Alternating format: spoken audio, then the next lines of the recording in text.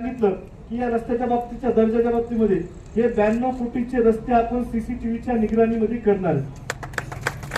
त्याच्यामुळे नंतर 40 वर्षानंतर सुद्धा, कारण आम्ही बघितलेलं आहे की मागच्या भाषणामध्ये मागच्या कित्येक काळामध्ये आदरणीय दांडेगावकर साहेबांच्या भाषणातून आम्ही ऐकत होतो की शेषराव काय करत आहे मला देशमुख आपले परभणीचे नगराध्यक्ष होते आणि ते 50 वर्षाखाली का 45 वर्षाखाली नगराध्यक्ष होते.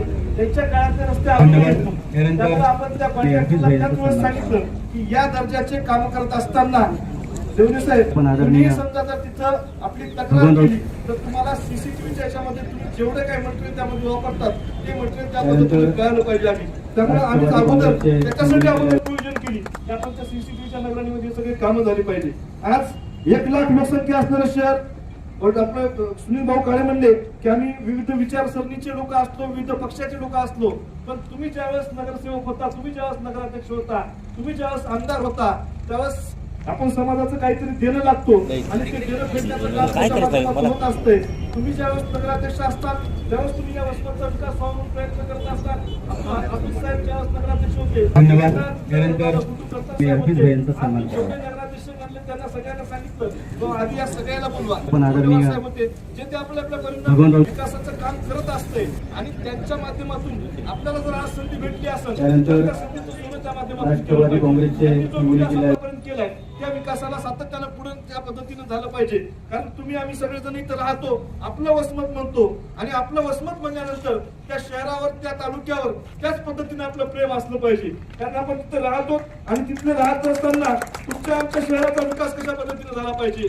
1 लाख लोकसंख्या असलेलं शहर म्हणजे जुन्या काळामध्ये कमी येत होता, मात्र आम्ही सातत्यानं प्रयत्न करून आपण त्यांनी सुद्धा त्यांच्या काळामध्ये जे जे काही करता येईल ते शहरासाठी काम केलं. प्रत्येक नगरसेवक असो, कोणत्या पक्षाचा असो, प्रत्येक माणूस तिथे निवडून आल्यानंतर त्याला त्याच्या वार्डाचा विकास करावा, शहराचा विकास करावा वाटते, आपला तालुक्याचा विकास करावा वाटत असते.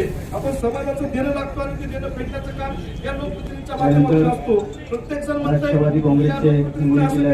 लोकप्रतिनिधीनं कसं केलं. लोकप्रतिनिधी कधी आबाळातून पडत नाहीत, ते जनतेच्या मतातून येत असतात. त्यामुळं त्या मताचा आदर करून प्रत्येक माणूस आपापल्या पद्धतीने काम करत असते.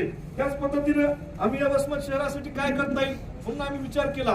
तुमचं आमचं शहर 1 लाख लोकसंख्येचं शहर, सातत्याने तिथं दररोज पाणी भेटलं पाहिजे. त्यासाठी आता उपाययोजना यांनी सांगितलं की तिथं आपल्याला अगोदर चिंतून पाईपलाईन होती, चिंतून लाईन होती, पण आपलं 8 किलोमीटर आज त्याचं इन्स्पेक्शन आहे.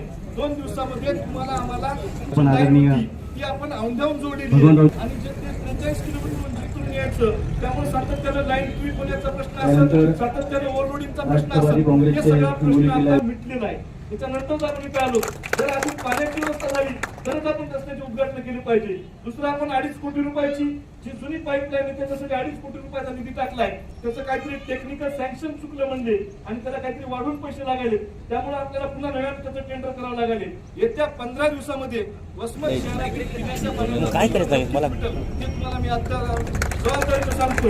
कारण आज आपण बघत असताल की सगळ्यात महत्वाचं शहरामध्ये रस्ते असतील, नाले असतील, पाणी असेल, त्या बाबतीमध्ये केलं. काल आपल्या वसमत शहराचं मागच्या वेळेस अंडरग्राऊंड ड्रेनेजची अत्यंत आवश्यकता आहे. कारण आपलं मोठा तलाव आहे ते फुटल्यामुळे जवळपास कित्येक गोरगरीब कुटुंबाच्या शेतकऱ्यामध्ये पाणी शिरण्याचं काम झालं होतं. पण राष्ट्रवादी काँग्रेसचे उद्घाटनाच्या दिवशी आम्हाला सांगितलं की तिथलं काम झालं पाहिजे.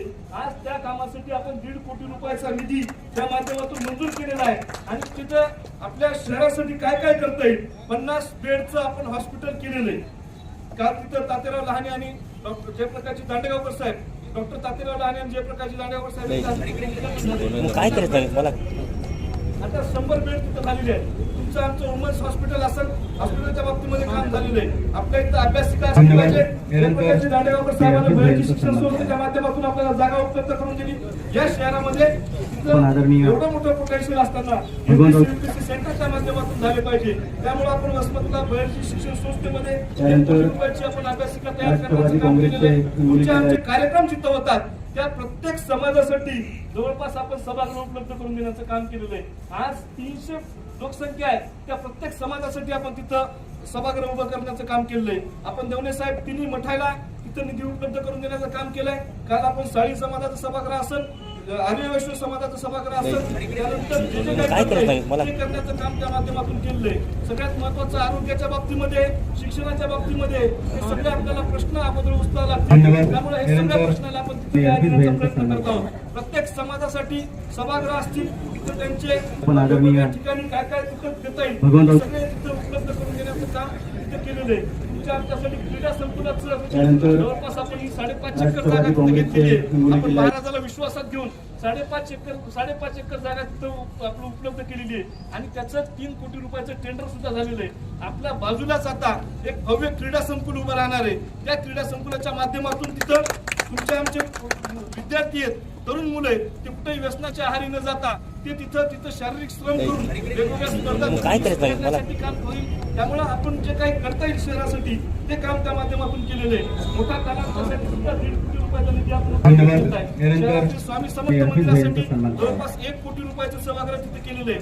जिथं म्हणून तुम्ही आम्ही सगळेजण डोकं टेकवितो, प्रत्येकाचं श्रद्धास्थान असतंय, तिथं प्रत्येक ठिकाणी आपण काही ना काहीतरी तिथं निधी उपलब्ध करून देण्याचं काम केलेलं आहे. पकड जाती या वसमत शहरामध्ये राहतात आणि समाजाचा सभागृह असत ते असतील सगळे जे काय आहेत.